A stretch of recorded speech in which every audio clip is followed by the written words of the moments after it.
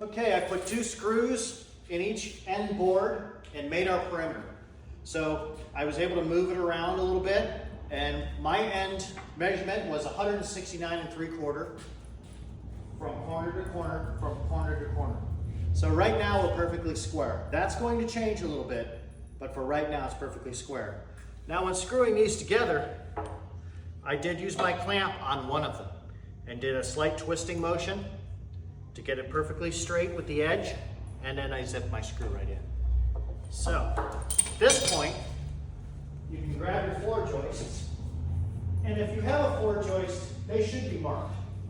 You'll be able to see the markings along the top, and you'll also see, well, I'll talk a little bit about board placement too. You'll also see the letters that will be on the ends. So you'll be able to take these, drop them right into the floor joists.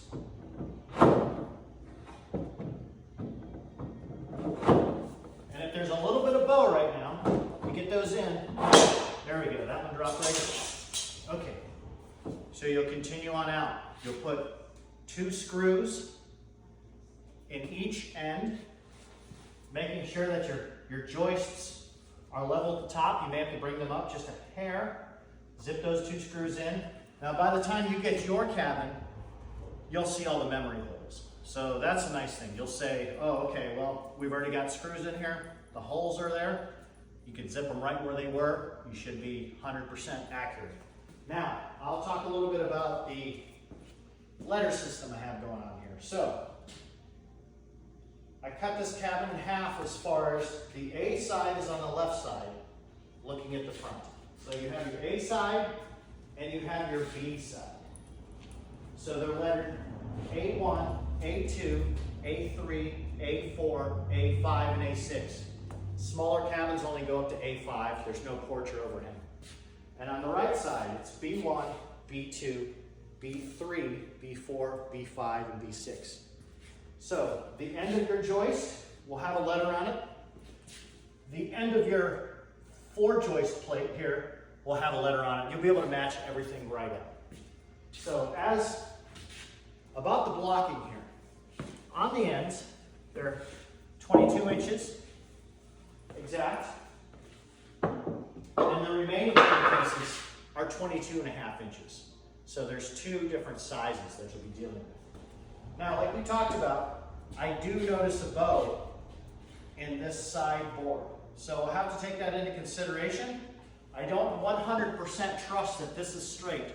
So I won't necessarily just bring it in using the blocking and trust that. I'll have to make sure that everything is square all the way through. I have long enough boards I can lay one down and see exactly how far in I have to move, if I have to use a ratchet strap, whatever the case may be. Okay, we didn't really talk about foundations. The easiest foundation is obviously a gravel pad. So knock some of that topsoil off so it doesn't turn into mud, that soft topsoil. Make it nice and flat. You can use a transit or have somebody do it for you. Then I would lay some landscape cloth or fabric down. And I like to use 304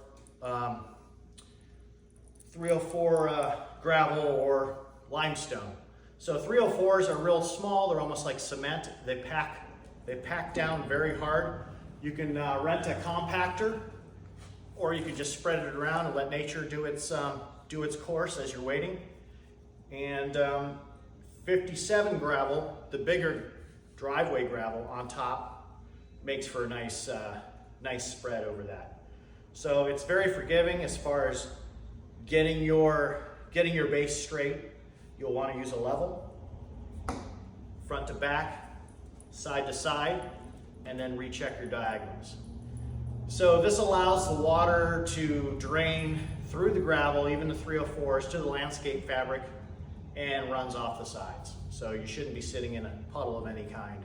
I've used that. I've used cement piers that I've poured on top of the ground under a 304 base. And of course you can use 4x4 treated or 6x6 treated posts if you want to dig down, put them in